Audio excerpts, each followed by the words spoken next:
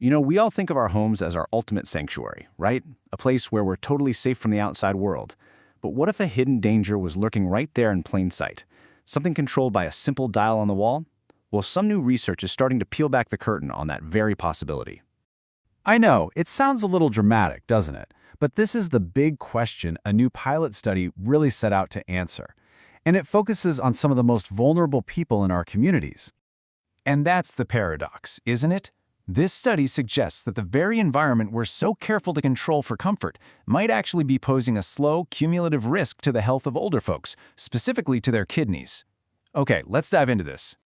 To really understand this, we first need to look at who the researchers studied, because this isn't about just any healthy, active adults. The focus here is incredibly specific, and that's really important. So the study followed 32 patients. The median age was nearly 80 years old, and these were folks who were homebound. We're talking about individuals with very limited mobility who rely on in-home care. And on top of that, a lot of them already had conditions like hypertension and diabetes, which of course makes them that much more susceptible to health stressors. So how on earth do you track a threat that you can't even see?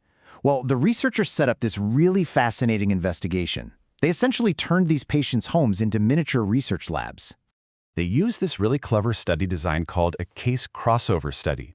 Think of it like this. Instead of comparing one group of people to another, they compared each person to themselves. They looked at the days when a patient's kidney function dipped, a bad day, and then they compared the temperature on those days to the temperature on their own good days. It's a really powerful way to try and isolate the culprit. To pull this off, they tracked 3 key things. First, the indoor environment itself, with constant temperature and humidity monitoring. Second, kidney function, through regular blood tests. And third, they looked for specific biomarkers in the blood and urine that kind of act like distress signals for things like dehydration or early kidney damage. So after collecting all of this data, the evidence started to point towards a really surprising conclusion. And it's one that challenges what a lot of us just assume about environmental health risks. So what did all this tracking actually reveal? Okay, this is where the story gets really interesting. We're all taught about the dangers of heat waves. We hear about it all the time. But what this study found was that just wasn't the whole picture. The kidneys of these frail, elderly individuals were also being stressed by the cold. And this slide right here illustrates the absolute crucial point. The damage was not immediate. It was a slow burn. In the warmer months, the risk of kidney injury became significant after about 18 days of cumulative heat exposure. And in the cold season, the effect was even slower. The risk started to increase after 43 days of sustained cold. So this isn't about one bad day, it's about the wear and tear from weeks of so-so temperatures. And here's what that looks like in the actual data for the warm season. You can see that red line, the risk, it starts to climb right around that 18-day mark. So again, it's not about a single scorching hot day, but the steady, cumulative effect of warmth over several weeks. And the pattern is pretty similar for the cold season, it just plays out on a longer timeline. You can see the risk doesn't really become a factor until after about 43 days of sustained cold. This really highlights that both extremes, over time, can create this invisible threat. Okay, so we've seen what happens, but the big question is why? Why would both heat and cold stress the kidneys in this gradual way? Well, the answer seems to lie in the body's internal distress signals. The researchers found 3 key clues the body was leaving behind. First, a spike in something called copeptin, which is a signal for dehydration. Second, they saw changes in heart rate variability, which basically means the body's fight-or-flight system was kicking into gear. And finally, a rise in a molecule called NGAL, which is an early warning sign of actual damage to the kidneys. So the bottom line is this.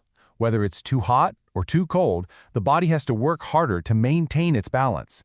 And this triggers hormonal and nervous system responses that, over time, just put a strain on vital organs, like the kidneys. So the whole pathway seems to look something like this. It starts with that suboptimal temperature. That puts the body into a kind of low-level stress mode. And day after day, this creates a cumulative wear and tear, until, eventually, that persistent strain can lead to an actual kidney injury. Now, this pilot study, even though it was small, it really opens up a much bigger conversation about how we protect the people who are most vulnerable to environmental changes. So why does all this matter? Well, first, it tells us we really need to start thinking about indoor temperatures as a health factor, not just extreme outdoor weather. Second, it confirms that both heat and cold can be a problem, and they cause this kind of slow leak type of injury. And finally, this is a critical intersection. I mean, as our climate changes and our population ages, this issue is only going to become more and more urgent. And that leaves us with a final, and I think crucial question. This research suggests that for our frail and elderly loved ones, safety at home is about so much more than just preventing falls. It's also about maintaining a stable, optimal temperature. It really forces us to ask, are we doing enough to protect them from this hidden, everyday threat?